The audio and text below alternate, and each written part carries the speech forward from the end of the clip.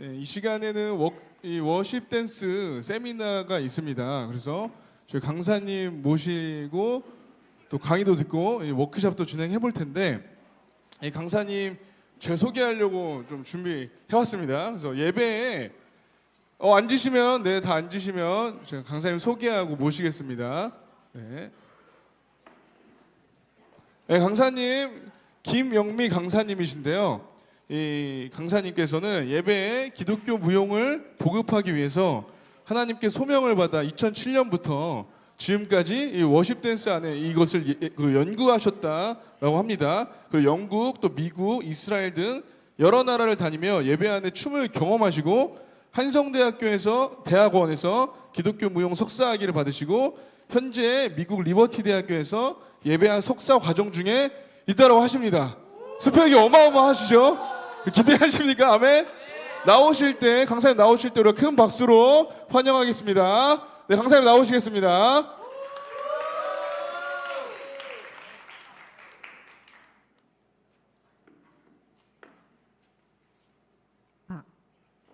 저희 잠시 기도하고 시작할게요.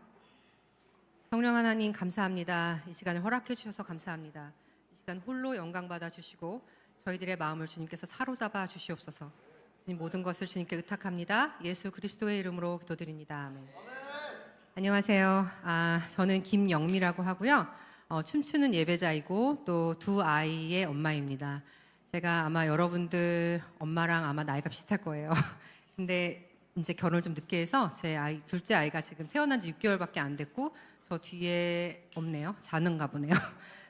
하여튼 그렇게 엄마이면서 또 춤추는 예배자로서 거의 한 17년, 한 18년 가까이 연구해 왔고요. 제 소개가 살짝 잘못된 게 있었는데 지금 미국 리버티 대학교 예배학 박사과정이 있습니다. 석사과정이 아니고. 네.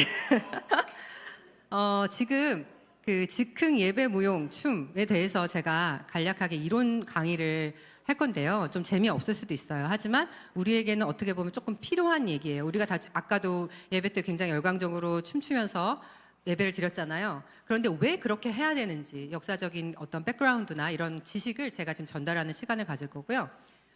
즉흥 예배, 무용하고 가로하고도 춤이라고 제가 해놨잖아요. 근데 무용하고 춤 왜 이렇게 제가 썼나 이렇게 궁금해하시는 분이 있을 수도 있는데 왜 그러냐면 우리나라는 특별히 무용을 약간 춤하고 구분시켜서 말을 하는 경향이 있어요. 무용하면 예를 뭐 발레, 현대 무용, 한국 무용 이렇게 그렇게 생각을 하고 춤하면 뭔가 캐주얼한 거, 뭐 이렇게 요즘 시동무용이라는 말을 많이 쓰는 것 같은데 방송 댄스 이런 걸 춤이라고 많이들 생각하시는데 지금 제가 얘기하는 거는 둘 다 이렇게 썼다는 거는 같은 맥락으로 이해를 하시면서 보시면 될 것 같습니다. 네. 네.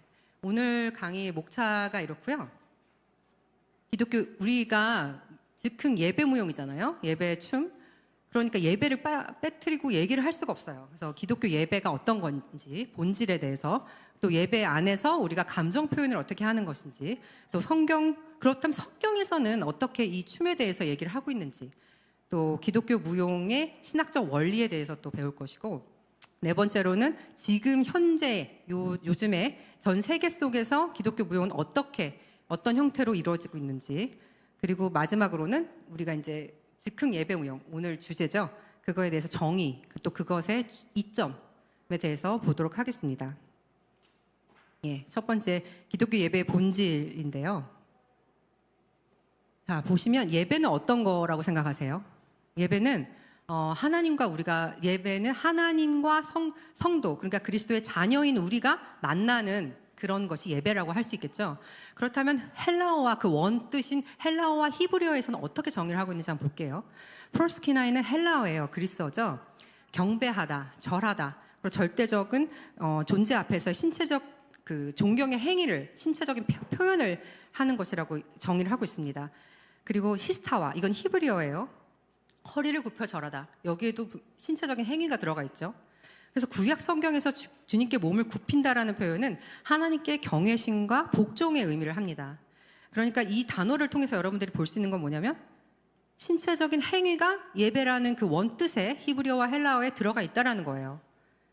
자, 그리고 다음 장을 보시면 또 라투레이아라는 말을 한 번쯤 들어보셨을지도 모르겠는데 이게 헬라어예요. 이것은 봉사하다라는 뜻입니다. 봉사하다라는 뜻인데 단순히 우리가 종교적인 어떤 행사에서 봉사하는 것에 국한되어 있지 않습니다. 그것은 하나님에 대한 완전한 경외의 라이프스타일이었어요. 우리 교회 넘치는 교회에서 라이프스타일 많이 강조하잖아요. 라이프스타일, 우리 삶 속에서 주님을 경배하는 것, 봉사하는 것을 얘기할 수 있습니다. 그래서 신명기 말씀을 보시면 이스라엘아, 내 하나님 여호와께서 내게 요구하시는 것이 무엇이냐? 곧 내 하나님 여호와를 경외하여 그 모든 도를 행하고 그를 사랑하며 마음을 다하고 뜻을 다하여 내 하나님 여호와를 섬기고 내가 오늘 내 행복을 위하여 내게 명하는 여호와의 명령과 규례를 지킬 것이 아니냐라고 말씀하셨어요. 여기서 보시면 하나님의 율법을 지키는 것만이 아니라 내 마음을 다하고 주님을 사랑하고 그게 포함되어 있다는 거예요. 예배 안에. 다음 장 보시겠어요? 그런데 이제 이런 하나님의 언약이 있었어요. 구약시대에. 근데 그것이 성취가 되었죠. 하나님의 언약이 성취 후에 예배는 어떻게 됐을까요? 하나님의 구원 계획은 예수님의 도래로 성취되었어요. 구약의 성취를 보여주십니다. 성막 예배를 아시죠? 대제사장이 들어가서 1년에 한 번씩 들어가서 예배를 드리고 했던 그 구약 시대가 신약이 되면서 바뀌었어요. 그 장애물인 휘장이 찢기고 예수님의 십자가 사건으로 찢어졌습니다. 그러면서 우리 개개인이 하나님께 나아가서 예배드릴 수가 있어요. 그리고 성령이 우리가 중요하게 여기는 그 성령님께서 예수님 승천 후에 우리에게 보내주셨습니다. 네, 다음 장 보실까요?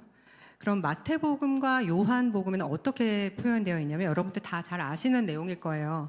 마태복음에는 예수님의 족보가 기록되어 있고요.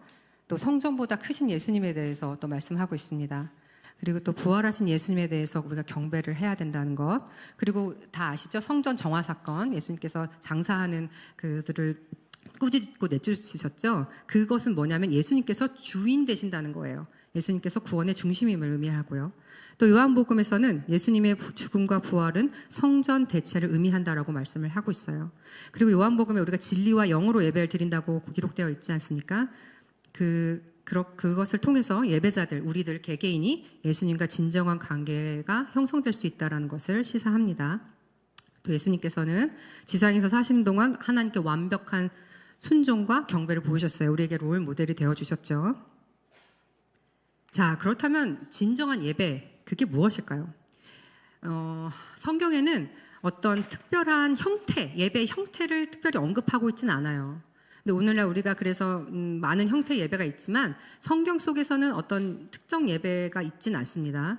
구약 성경에서 예배자의 하나님에 대한 경외심을 표현하기 위해서 신체적 몸짓이 허용되었었다는 것은 아까 제가 본 그 히브리어와 헬라어의 그 원뜻에서도 알 수 있겠고, 또 요한복음 4장 24절 진리와 영으로 예배하라라는 거 아까 말씀드렸죠.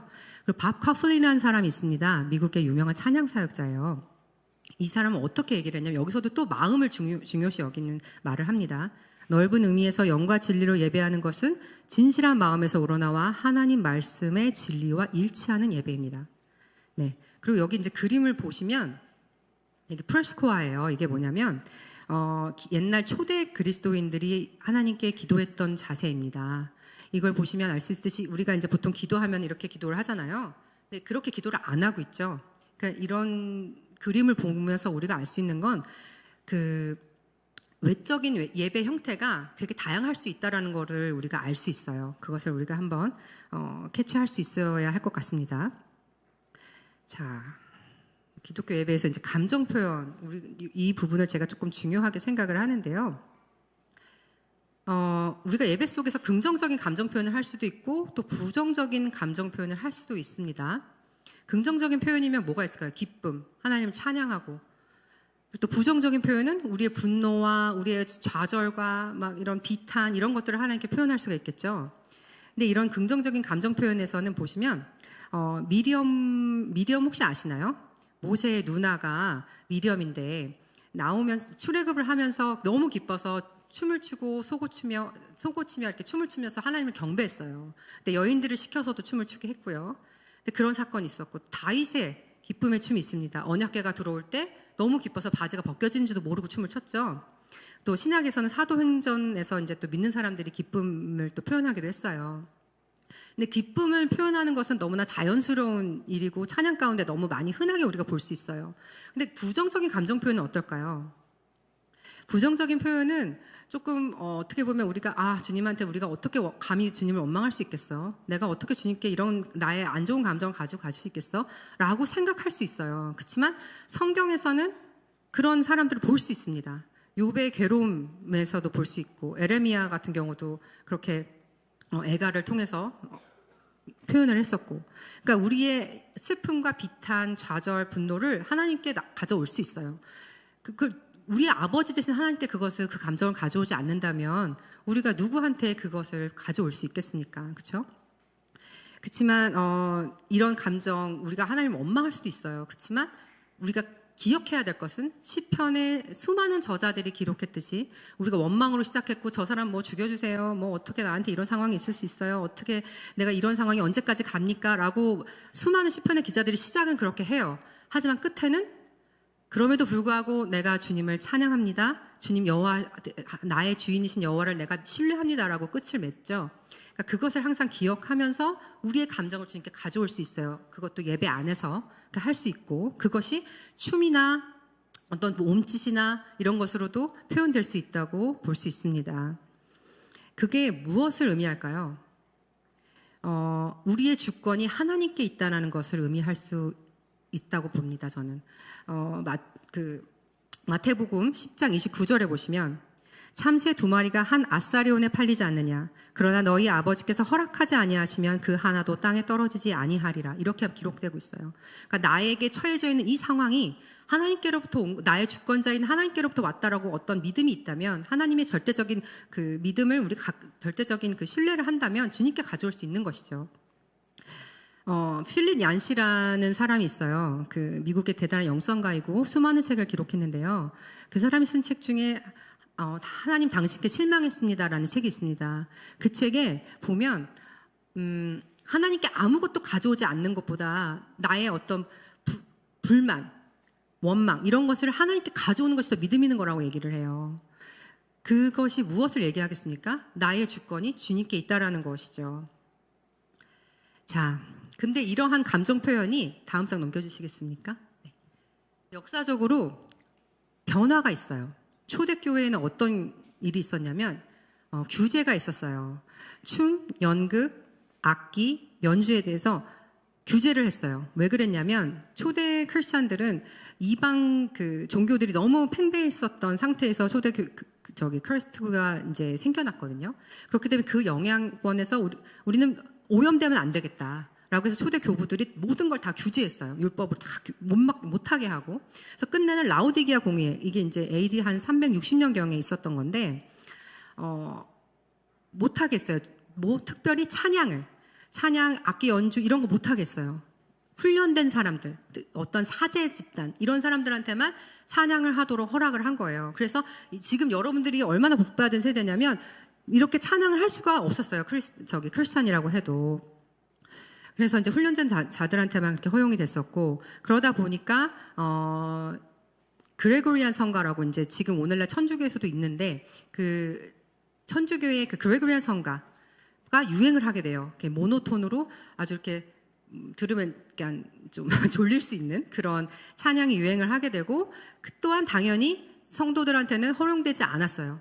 일부 사제들하고 그리고 또 훈련된 소년 합창단이나 이런 사람들한테만 허용이 돼서 그런 한 1000년 동안 중세시대에 종교개혁이 이르는 그 1000년 동안 약간 암흑시대라고 불리우죠. 신앙의 암흑시대라고 불리우는 중세시대가 이어지게 됩니다. 그러다가 이제 종교개혁 시대에 와서 마틴 루터가 종교개혁을 일으키죠. 그때 예배에서 음악을 중요하게 생각을 하게 돼요. 그래서 본인이 이제 작사도 하고 그때 당시 있었던 어떤 유행하는 음악에 가사를 입혀서 찬양으로 하기도 하고, 그래서 찬양이 청중의 마음을 변화시킬 수 있었다고 생각을 한 거예요, 이 사람은. 또 같이 이제 스위스에서 이제 또 종교교회를 했었던 존 칼빈이라는 사람이 있어요. 장로교 쪽에 이제 많이 알고 계신 분인데요. 존 칼빈께서는 어떻게 했냐면 성경에 기반을 해서 찬양을 했어요. 그러니까 뭐냐면 시편을 통해서 음주를 붙여서 이제 찬양을 하게 되고, 말씀으로 우리가 찬양을 해야 된다라고 해서 시편 찬양을 많이 했었고요.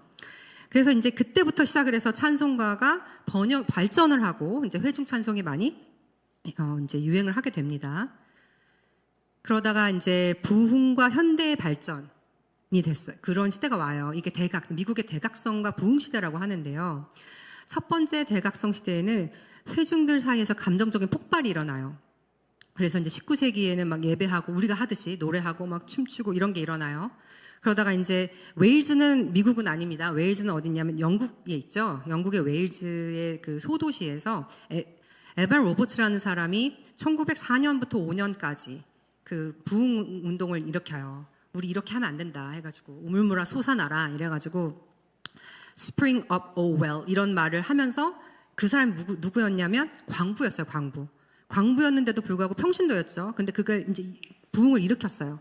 그래서 그 물결이 어디까지 넘어오냐면 미국의 그 아주사, LA 근처의 아주사 스트리트까지도 와요. 그래서 그때 이제 일어났던 1909년부터 15년까지 그 아주사 스트리트 부흥 운동이 일어나고 그때 또 강조된 표현이 뭐냐면 감정 표현, 자발적인 노래와 춤 그런 것들이 일어납니다. 그리고 또 20세기 중반에 와서는 음악이 이제 전도 도구로서 그렇게 이제 활용이 돼요.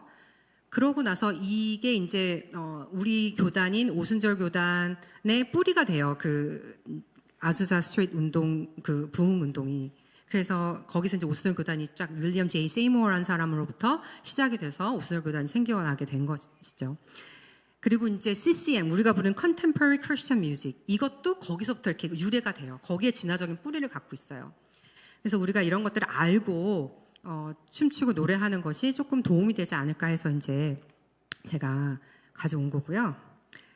자, 그럼 성경에서는 어떻게 얘기를 할까요? 구약 시대를 한번 볼까요?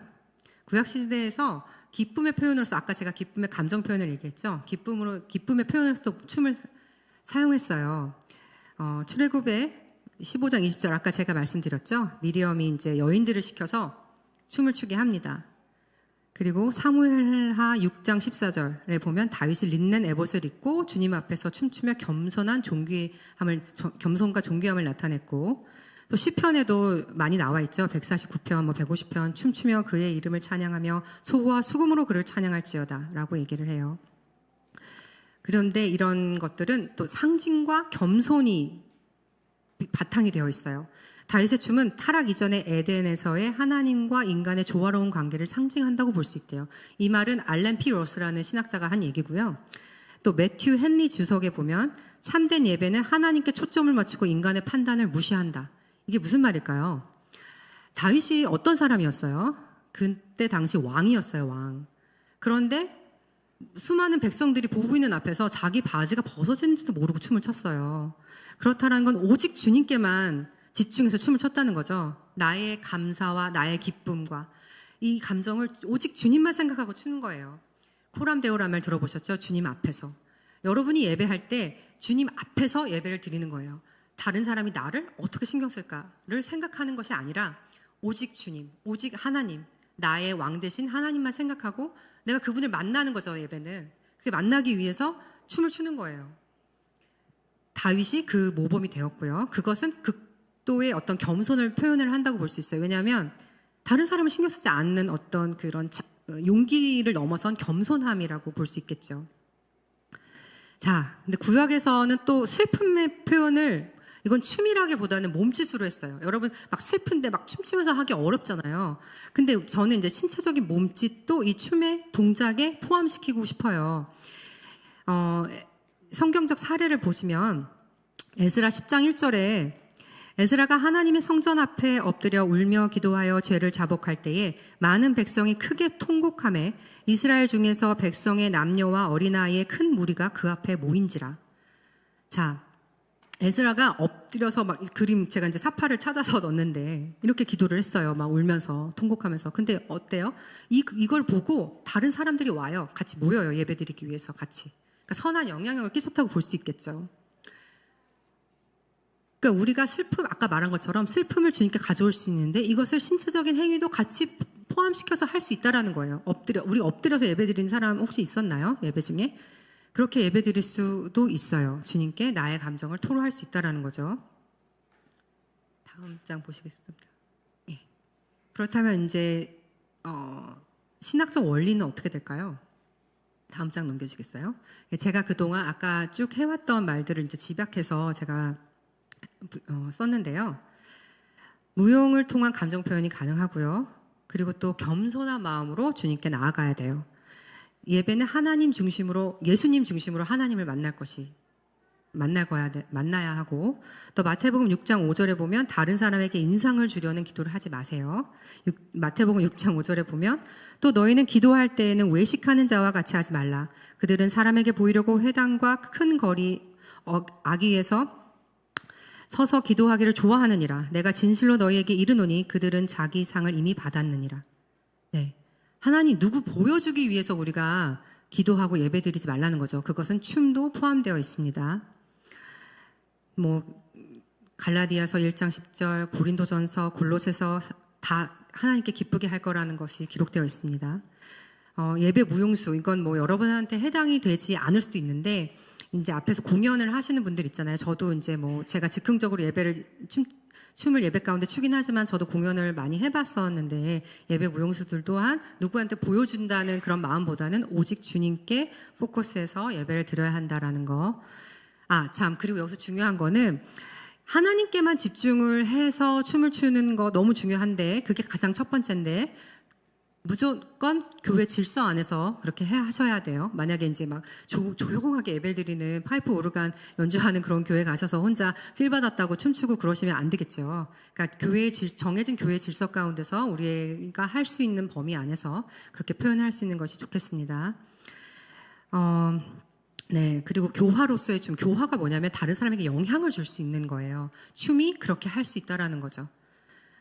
공연을 통해서 올려지는 예배 무용이든, 또 즉흥적으로 우리가 회중 안에서 춤을 추든 앞에서 춤을 추든 간에, 아까 에즈라의 그 기도가 그랬고, 또 수많은 그 다윗의 춤도 그랬듯이 다른 사람에게 선한 영향력을 줄 수가 있어요. 춤이 진정한 춤일 경우에, 그러니까 누구한테 자랑하기 위해서 추는 춤이 아니라 오직 주님만 보고 주님께 내 마음을 다 드리겠다라는 마음으로 나의 사랑을 내가 하나님께 표현을 한다면 그것이 다른 사람에게 선한 영향력으로 다가올 수 있을 것입니다. 그리고 그래서 이런 얘기를 밥 커플이라는 사람이 또 했어요. 이 사람은 찬양 사역자인데도 참 춤에 대해서 많이 언급을 했어요. 동료로서의 감정적, 신체적 참여, 그리고 인간의 판단이 아닌 하나님께 집중을 해야 된다라고 얘기를 했고, 그래서 이제 춤을 통한 치유가 또 일어날 수 있죠. 우리 이창호 목사님께서 아웃풋 얘기 많이 하시고, 그 안에 아웃풋이 돼야 그 안에 성령님이 들어오실 수 있다라고 말씀을 많이 하시죠. 그럴 때 우리 안에 치유가 일어나요. 우리의 스트레스, 불안, 우울증 이런 것들이 감소되고, 실질적으로 이렇게 크리스찬 댄스가 아니더라도 실질적으로 무용 동작 치료라는 게 세상 가운데도 있어요. 우리 미술 치료, 음악 치료 이런 거 많이 있잖아요. 그런 거와 마찬가지로 춤을 통해서도, 동작을 통해서도 우리 안에 치유가 일어난다고 생각을 해서 세상 가운데서도 그렇게 행하고 있습니다. 그런데 하물며 그럴진데 우리가 그리스도의 영을 힘입어서, 성령을 힘입어서 그렇게 춤을 춘다면 왜 우리에게 성령님께서 다가오지 않으시겠어요, 그죠? 그리고 우리가 회복될 수 있습니다. 네, 다음 장 보겠습니다. 그렇다면 지금 현실에는 어떤 형태의 무용들이 있을까요? 다음 장 넘겨주세요. 네, 기독교 무용이라는 큰 카테고리 안에 예배 무용, 그리고 공연의 형태로 공연 무용으로 이제 볼 수가 있겠어요. 근데 그 예배 무용 안에는 제가 지금 하고 있는 즉흥 무용, 또 전래 무용이라고 한다는 것은 어떤지 안무가 짜여진 그 무용을 얘기하겠죠. 그래서 공연 형태로 보통 교회 안에서 할 때는 특별 순서로 많이 하죠. 부활절, 추수감사절, 성탄절, 아니면 헌금할 때도 하기도 하고, 이런 식으로 특별 행사로 많이 하고, 무용의 장르로는 모던, 스트리트, 한국 무용, 우리나라 한국 무용도 많이 하죠. 근데 즉흥 무용 같은 경우는 무대에서 즉흥 무용수가 직접 할 수도 있고, 아니면 여러분들이 회중석에서도 할 수가 있어요. 그리고 즉흥 무용에서는 주로 많이 하는 게 깃발을 들고 많이들 해요. 깃발을 많이 들고 하거나, 아니면 배너 이제 천막 같은 거 이제 많이 들고 하죠. 네, 그런 것들 있고, 또 이제 교회 밖에서는 그 뮤지컬이나 또 댄스 티어터라고 해서 무용극 이런 것들을 통해서 교회 밖에서도 많이 공연을 하게 되죠. 자, 그렇다면 이 즉흥 예배 무용 혹은 춤의 정의와 이점은 뭐가 있을까요? 무용은 과거 선조들의 의뢰에서 신과 소통하는 데 사용돼요. 아주 뭐 구석기 시대 그때부터 이렇게 우리가 춤추고 동작을 하면서 신과 소통하는 데 사용을 했대요. 근데 이게 점차적으로 예술적인 측면이 대두돼서 독립적인 표현 양식으로 발전이 됐어요. 존 마틴이라는 사람, 이 사람은 누구냐면 20세기 초반부터 중반까지 활동한 미국의 최초의 그 무용 비평가예요. 이 사람이 무용 예술은 어떻게 표현을 했냐, 무용 예술, 뭐 춤 예술은 신체 움직임이라는 매체를 통해 사람이 합리적으로 표현할 수 없는 생각과 감정을 표현하는 것이다라고 말을 했어요. 그리고 즉흥 무용은 그렇다면 무용 안에 즉흥 무용이 있죠. 즉흥 무용, 즉흥 춤, 이건 뭘까요? 프레이저 와츠라는 사람, 이 사람은 또 누구냐면 영국 성공회 사제예요. 그러면서 심리학자이고 신학자고 영국 케임브리지 대학교에서 교수도 역임을 했어요. 근데 이 사람이 쓴 책이 있어요. 많은 책을 저술했는데 그 중에 이제 A Plea for Embodied Spirituality: The Role of the Body in Religion, 이게 뭘까요? 육체적 영성을 위한 간구, 종교에서의 몸의 역할. 이런 책이 있어요. 이런 책에서 뭐라고 언급을 했냐면 종교가 신체적 수행, 특히 무아지경의 춤으로 시작되었다는 것은 의미심장한 말이다. 의미심장한 점이다. 그리고 그 두 번째 제가 적은 것도 이 사람이 얘기한 거예요. 샤머니즘에서의 무아지경의 춤이 교리적 종교로 이어졌고 오순절 교단은 이러한 진화적 뿌리와 가까우며 오늘날 가장 빠르게 성장하고 있는 개신교 교단이다. 제가 뭐 저희 교회가 오순절 교단에 있어가지고 제가 이걸 찾아서 굳이 막 한 건 절대 아니에요. 그건 절대 아니고 이제 하다 보니까 이게 이렇게 연관이 다 있더라고요. 저희 교단, 그리고 또 이게 어디서부터 출발이 돼서 왔는지. 그리고 이사들 덩컨은 누구예요? 이제 현대무용, 미국의 현대무용이라는 무용 장르의 창시자예요. 현대무용은 굉장히 그 무용 장르 중에서도 즉흥무용이나 막 이런 거를 많이 하는 무용 장르인데요. 이 사람은 뭐라고 했냐면 내면의 목소리에 반응하는 즉각적인 움직임을 통한 진정한 표현이다. 그러니까 그냥 세상 무용을 하는 사람들도 이렇게 무용에 대해서 얘기를 해요. 그러니까 왜 우리는 안 되겠어요, 그죠? 우리도 그렇게 할 수 있어요. 그리고 제가 뭐 아까 이제 전도사님이 많이 저에 대해서 짧게 소개를 해주셨는데 이스라엘, 미국, 영국 많이 다녀봤어요. 결혼하기 전에. 그러느라고 결혼을 늦게 했는데 가서 보니까 정말 춤추면서 예배를 많이 잘 드리더라고요. 미국에는 굉장히 보수적인 교단도 많아요. 뭐 남침례 교단이라든지 뭐 이렇긴 하겠지만 그래도 이런 뭐 베델교회나 이렇게 교회에서 엄청 춤추면서 예배 많이 드려요. 우리도 할 수 있어요. 우리 한국 사람도 얼마나 그 신명나게 노는 거 좋아해요. 그죠? 우리도 그렇게 할 수 있습니다. 그리고 왜 그러냐면 이 즉흥무용이 되게 좋은 게 뭐냐면 전문가가 아닌 사람들이 창의적으로 표현할 수 있어요. 뭐 이렇게 댄스 테크닉을 배워야 돼. 이런 거 아니어도 돼요. 저도 무용을 전공하지 않았어요. 근데 20대 후반에 하나님께서 이제 부르셔가지고 저 회사원이었거든요. 마케팅 리서치 회사 연구원이었어요.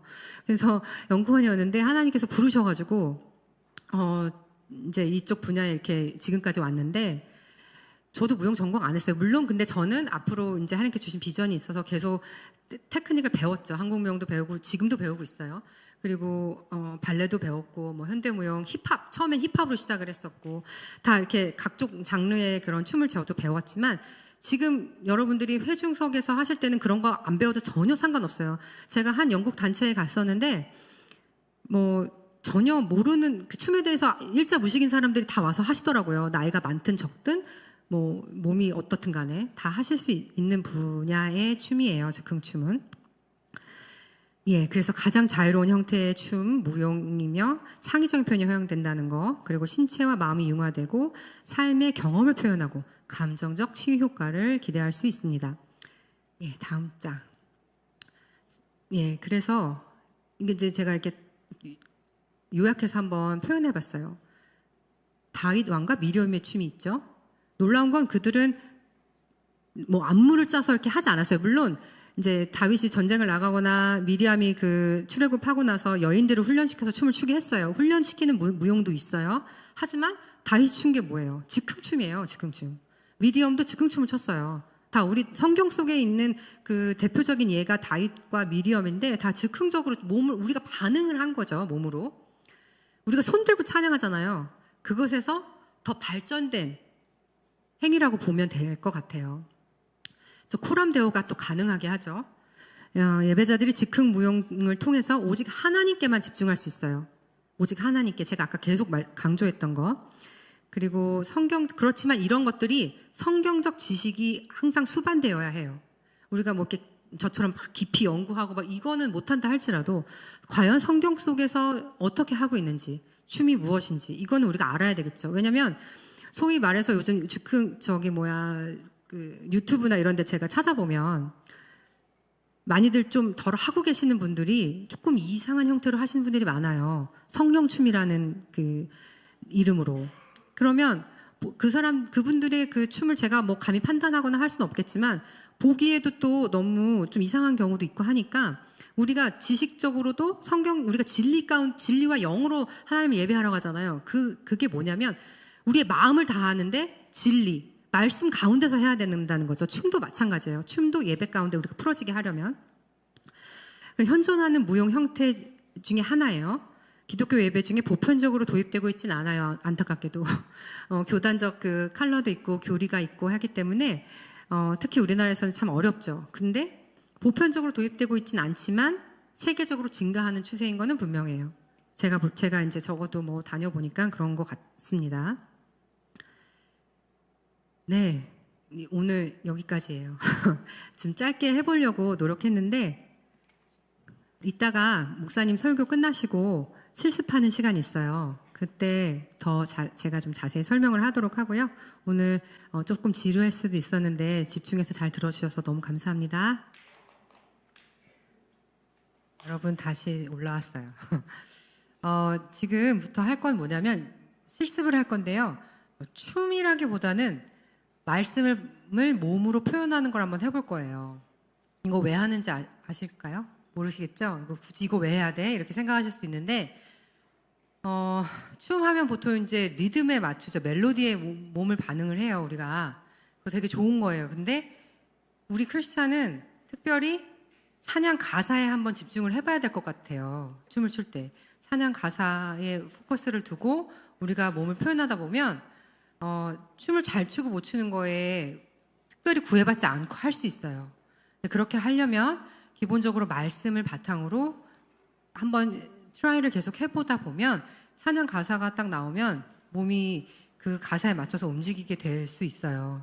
제가 2010년도에 한 2010년도쯤부터 그 한국의 워십 선교 단체 아카데미에서 이제 공부를 했어요. 회사 다니면서 퇴근하고 거기 가서 이제 공부를 했는데 그때 공부를 하면서 그 단체에서 이제 뭐 힙합, 발레, 뭐 현대무용, 한국무용 이런 거 가르쳤는데 그 뮤지컬 같이 이제 무용극을 같은 거를 1년에 한 번씩 큰 대강당에서 했어요. 저도 가서 이제 아카데미생으로 학원생으로 이제 가서 공연을 했는데 저희를 가르치는 선생님들은 무용 전공자들인 거예요. 너무 잘하겠죠, 당연히. 대학 때 입시 무용을 다 뚫고 이제 한 사람들이 이제 저희들을 가르쳤었거든요. 근데 이제 공연을 1년에 한 번씩 하는 그 3월 달에 하던 공연이었는데 제가 막 뒤에서 제 공연할 차례 전에 선생님들이 공연을 하는 거예요. 그 사람들 당연히 크리스찬이면서 무용 전공자들인 거예요. 근데 제가 그분들의 공연을 보면서 뭘 느꼈냐면 너무 제 자신이 초라한 거예요. 내가 하나님 날 부르셨다고 생각해서 제가 2007년도 11월에 하나님한테 부르심을 받아서 이렇게 쭉 했는데 2010년도에 딱 그 공연을 보면서 뭐야 난 이거 도대체 어디로 가야 돼? 이런 생각이 들었어요. 저렇게 잘하는 무용 전공자들 크리스찬들이 많은데 나는 하나님 부르신 게 맞나? 이런 물음표가 되게 많이 생기면서 고민을 했어요. 그래서 하나님께 막 기도했죠. 그리고 또 그 당시 저의 멘토 목사님이 계셨어요. 근데 그분을 통해서 이제 제가 이렇게 사명을 받기도 했고 같이 기도를 하면서 너는 해외로 눈을 돌려보라는 마음, 그 기도 가운데 그런 마음을 주셨고 저도 그래서 그때부터 이제 막 구글에다가 prophetic dance, Christian dance, 뭐 praise dance 이런 거 막 키워드 넣어가지고 열심히 검색해가지고 찾아간 곳이 영국의 브라이튼이라는 소도시에 거기서 이제 이런 movement in worship 예배 안에 동작이라는 그런 그 코스를 했어요. 거기서 휴가를 내 가지고 제가 한 일주일 정도 거기 서머스쿨을 가서 들은 기억이 있어요. 근데 그때 가서 제가 막연하게 생각해 왔던 것들, 이 춤이 단순히 그냥 춤으로서 끝나는 것이 아니라 우리가 기도할 때 방언으로도 막 기도하죠. 영적으로 막 소통하고 그러잖아요. 춤으로도 그렇게 할 수 있을 텐데, 뭔가 더 있을 텐데, 뭔가 동작으로도 우리가 동작으로 말씀을 표현할 수 있을 텐데, 이런 거를 막연하게 생각해 왔어요. 뜬구름 잡듯이. 근데 그런 걸 그 단체에서 하고 있었어요. 어떤 거냐면 말씀을 바탕으로 그룹을 막 지어요. 소그룹. 근데 거기 모인 사람들이 아까 말했던 것처럼 전혀 무용 전공자들이 아니에요. 댄스 테크닉으로 따지면 제가 제일 잘 췄던 것 같아. 근데 그 사람들은 다 완전 평신도야. 아줌마 아저씨들이고. 그런데 그 사람들이 다 모였어요. 뭐 독일에서도 오기도 했지만 동양인으로선 제가 최초였어요. 거기 단체에 찾아간 건. 그것도 막 구글 해가지고 찾아갔으니까. 근데 거기서 모인 그 평신도들 사이에서 배운 거예요. 그 단체 목사님, 저 리더는 목사님이셨지만 어떤 거냐면 여러 가지를 제가 일주일 동안 배웠지만 제가 배운 건 지금 여기서 할 거는 간단하게 말씀을 바탕으로 하는 거예요. 창세기 같은 건 뭐예요? 되게 우리가 비주얼라이즈하기 편하잖아요. 그러니까 상상화할 수 있잖아요. 태초에 천지를 창조하시니라 이런 거를 한번 몸으로 표현하는 거예요. 어떻게 하냐면은 태초를 어떻게 표현할까? 우리의 창의성만 여기서 발휘하면 돼요. 동작을 막 워드 바이 워드로 다 표현하려면 너무 힘들어. 그리고 그거는 마치 무슨 율동 같잖아요. 근데 그렇게 하지 않으셔도 되고 태초를 어떻게 표현할까요? 지금 제가 즉흥적으로 한번 생각해 보면 뭐 이렇게 표현할까요? 태초에 천지를 창조하시니라 뭐 이렇게 표현을 해도 되고 그렇게 이제 지금 제가 준비할 거는 창세기와 시편 143편이에요. 140편은 또 왜 준비했냐면 또 이런 거를 하는 사람들 중에서 시편을 가지고 이렇게 많이 하는 분들이 많아요. 왜 그러냐면 시편은 되게 동사, 감정 표현 이게 굉장히 많잖아요. 그래서 시편으로 우리 아까 존 칼빈 같은 경우 뭐 시편 찬양을 많이 했다 그랬잖아요. 종교개혁 때 그런 것처럼 시편을 바탕으로 또 몸으로 그걸 표현하는 거예요. 표현하기 조금 수월해요. 그런 거는 우리의 감정을 토로할 때 쓰는 그 시편을 가지고 이제 할 거고 창세기는 제가 왜 선택했냐면 우리가 묘사할 수 있어요, 몸으로. 근데 이걸 가지고 지금 막 성령 충만하게 우리가 막 이런 거를 지금 할 수는 없어요. 하다 보면 막 정신이 없으니까. 근데 이런 것들이 계속 훈련이 되다 보면 찬양이 딱 나왔을 때 그 가사에 우리가 포커스해서 딱 들어갈 수 있어요. 제가 그 단체에서 그걸 배우고 와서 무슨 일이 일어났냐면 제가 그때 당시 다니던 청년부가 이렇게 오순절 교단이 아니었고 그 장로 교단이었어요. 근데 찬양 때 이렇게 뭐 안 하겠죠, 당연히. 시스템으로 부르긴 하지만. 근데 찬양을 딱 듣는데 머릿속에 동작이 팍 떠오르더라고요, 그때부터. 그러니까 그런 은사가 저한테 열렸거든요. 그래서 제가 이제 즉흥적으로 춤을 출 수 있게 된 건데, 그 이후부터. 근데 그 교회에서는 그렇게 춤을 안 췄고 그냥 머릿속으로만 조용히 춤을 췄어요. 뭐 질서 가운데 당연히 해야 되기 때문에. 그러니까 그런 것들이 여러분들한테 조금씩 알려드리고 싶어요. 그래서 지금 말씀 띄워주실 수 있을까요? 네. 이게 지금 글씨가 너무 작죠? 잘 안 보이실 수도 있는데 여러분 핸드폰에 창세기 1장 1절에서 10절 또 시편 143편 이렇게 찾으셔서 보셔도 좋아요. 이게 작으니까. 선택을 둘 다 하라고 그러면 너무 많잖아요. 시간도 없고 둘 중에 하나 선택하셔서 지금 의자를 좀 뒤로 밀고요. 5명에서 10명으로 그룹을 만들어 주세요. 그래서 어떻게 하실 거냐면 한 절, 1절 했어. 누가 A라는 사람이 1절을 표현했어. 그럼 그 다음에 2절은 그 다음 사람 3절, 4절, 5절 이렇게 해서 그래서 5절이 끝났어. 그러면 6절은 또 A라는 사람이 다시 돌아가. 이렇게 해가지고 표현을 해볼 거예요. 그리고 이거 다 안 그러니까 하나하나 다 안 해도 돼요. 프로페셔널하게 막 안 해도 돼요. 그냥 조금씩 한번 해보세요. 천지만 표현하셔도 되고 창조만 표현하셔도 돼요. 의자 밀어주세요. 앞으로 와주시겠습니까? 자, 앞으로 와주시고 지금 우리 찬양을 다 했긴 했지만 좀 어색하죠 아직. 갑자기 이런 거 하려니까 막 미치겠죠? 우리 자 한번 이렇게 원으로 한번 돌면서 저깅 한번 해볼까요? 아이스 브레이킹 해볼까요 한번? 한번 뛰면서 서로 자, 내가 내려갈까?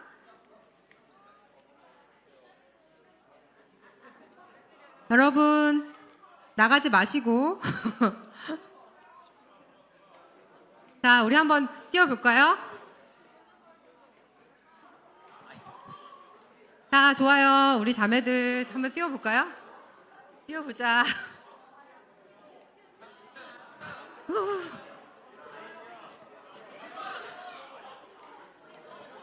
자, 좀 몸을 좀 풀어보세요. 팔다리도 이렇게 해주시고.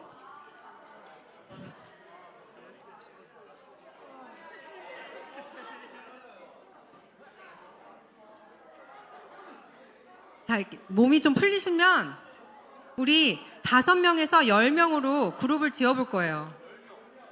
5명에서 10명. 10명은 안 넘었으면 좋겠어요.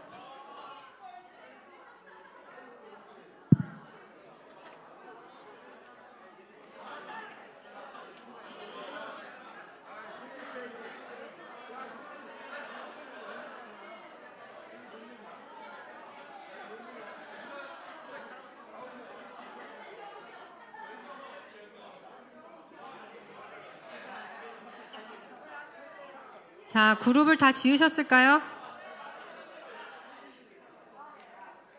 여러분, 네, 그룹 다 지으셨으면 이거 보시고 아니면 본인 핸드폰 보시고 성경 말씀 보시고 한 번씩 표현해 볼게요. 제가 돌아다니면서 좀 도와드릴게요.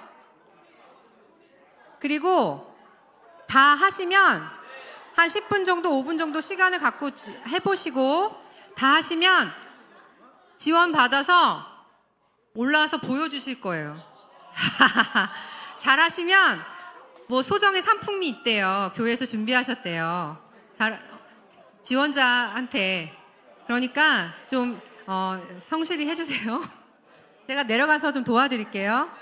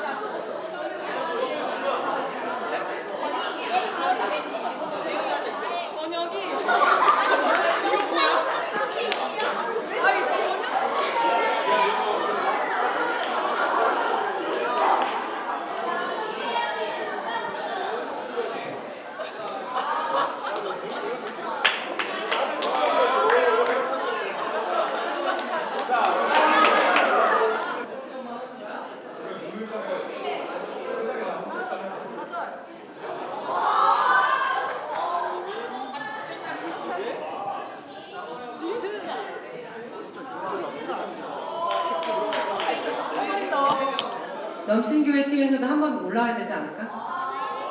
들어서 하시겠어요? 조 올라오세요. 올라오세요.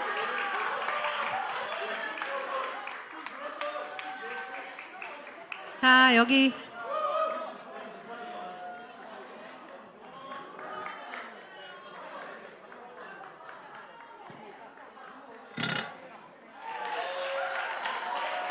박수로 해줘. 박수, 박수.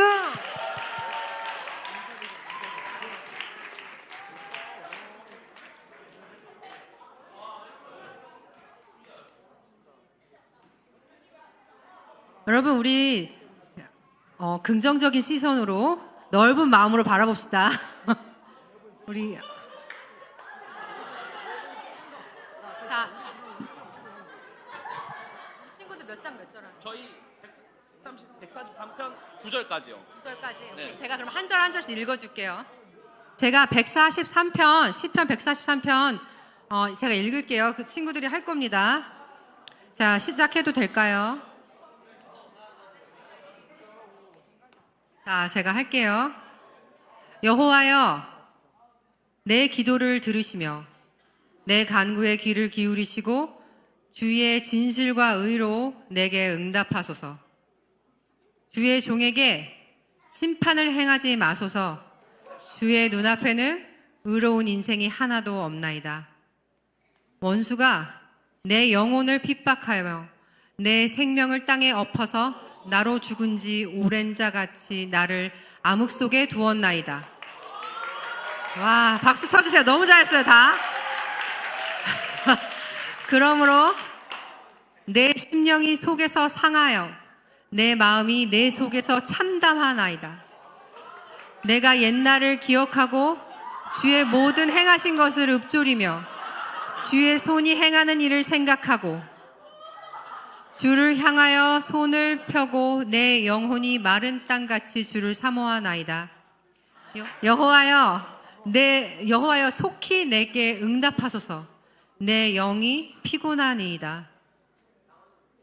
주의 얼굴을 내게서 숨기지 마소서. 내가 무덤에 내려가는 자 같을까 두려워하나이다.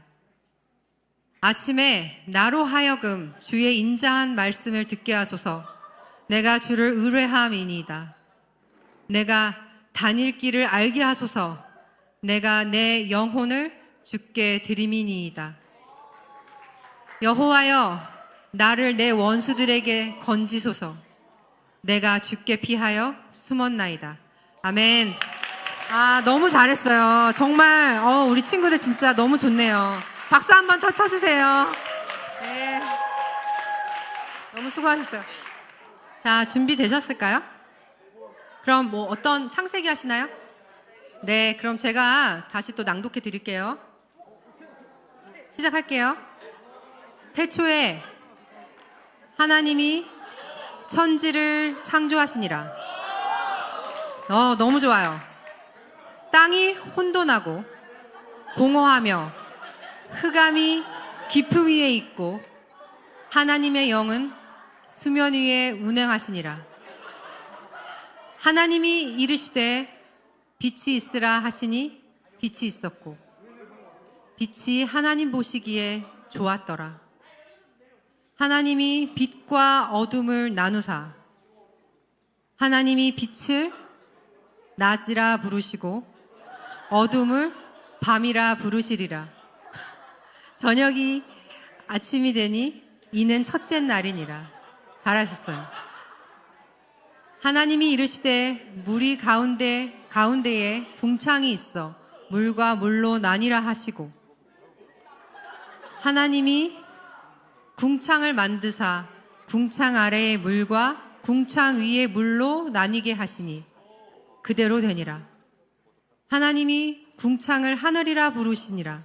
저녁이 되고 아침이 되니 이는 둘째 날이니라. 하나님이 이르시되 천하의 물이 한 곳으로 모이고 묻이 드러나라 하시니 그대로 되니라.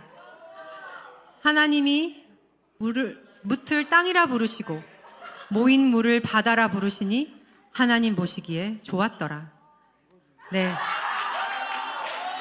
너무 잘했어요. 아, 진짜. 잘했어.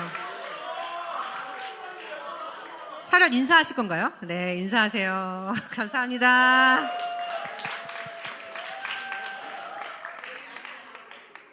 너희들을 축복합니다. 자, 우리 뭐 할 건가요? 상세기, 알겠습니다. 제가 저쪽 가서 읽을게요. 제가 안 도와줘도 되죠? 여러분들 다 하실 수 있죠? 자, 낭독할게요. 태초에 하나님이 천지를 창조하시니라. 땅이 혼돈하고 공허함. 한 번 더 할까요? 한 번 더? 오케이. 태초에 하나님이 천지를 창조하시니라. 땅이 혼돈하고 공허하며 흑암이 깊음 위에 있고 하나님의 영은 수면 위에 운행하시니라. 하나님이 이르시되 빛이 있으라 하시니 빛이 있었고 빛이 하나님 보시기에 좋았더라.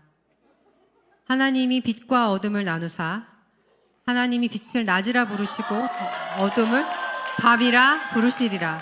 저녁이 아침이 되니 이는 첫째 날이니라.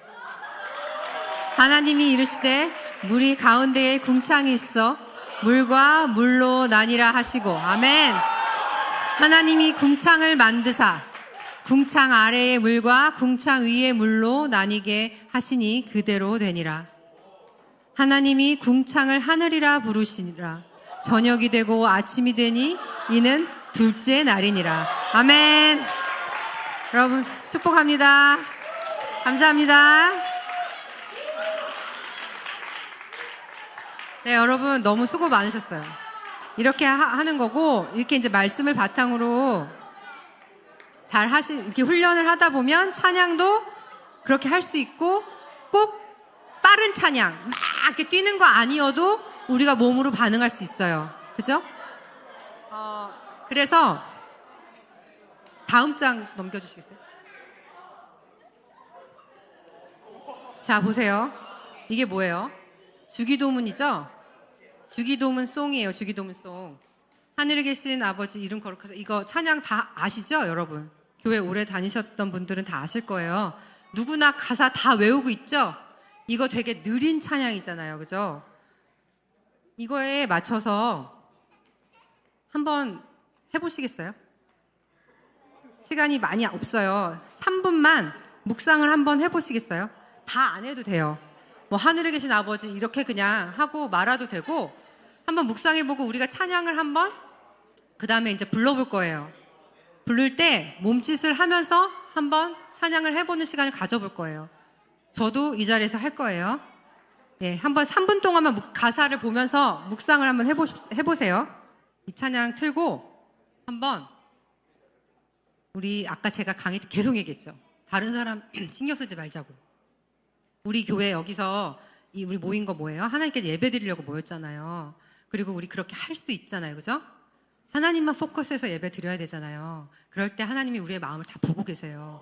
다른 사람이 우리를 보는 거는 여러분들한테 아무 관심 없거든요. 하나님이 우리한테 관심이 있으세요. 그죠? 우리 하나님한테만 집중해서 한번 해봅시다. 제가 굳이 이 느린 찬양을 가져온 이유는 이런 곡에도 우리가 춤을 출 수 있다라는 걸 알려주고 싶어서 그랬어요. 뭐 빠른 찬양에는 너무 잘하잖아요. 그죠? 점프하고 막 소리 지르고. 근데 이 찬양에도 우리 할 수 있어요. 왜? 가사에 우리가 집중하면. 우리 한번 해보고 저도 할게요. 저도 여기 앞에서 하기 좀 창피하겠죠? 근데 할게요. 저도 즉흥으로 하는 거예요. 저도 해볼 테니까 우리 같이 한번 해봅시다. 못하시면 안 해도 되는데 손만 들고 있어도 좋아요. 한번 해볼게요. 음악 좀 틀어주시겠어요?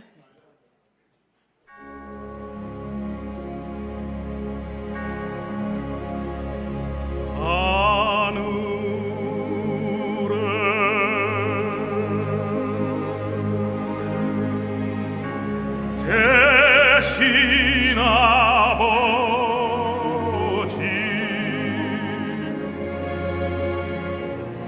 이름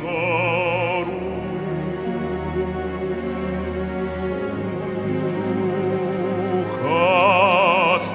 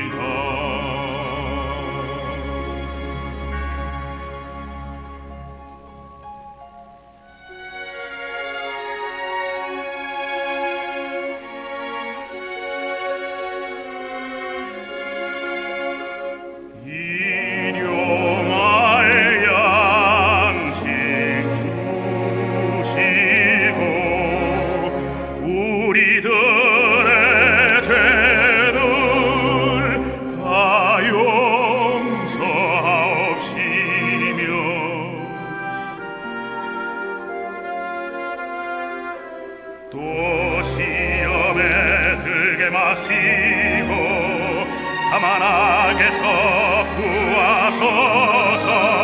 대개 주의 나라 주의 권세 주의 영광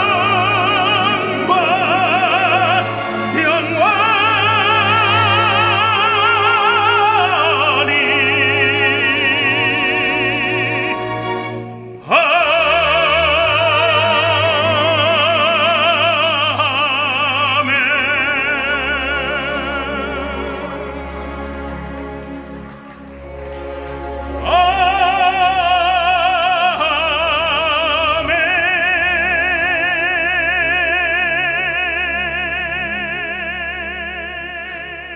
여러분 100% 즉흥이에요. 저희 아무것도 생각 안 해와가지고 좀 힘드네요.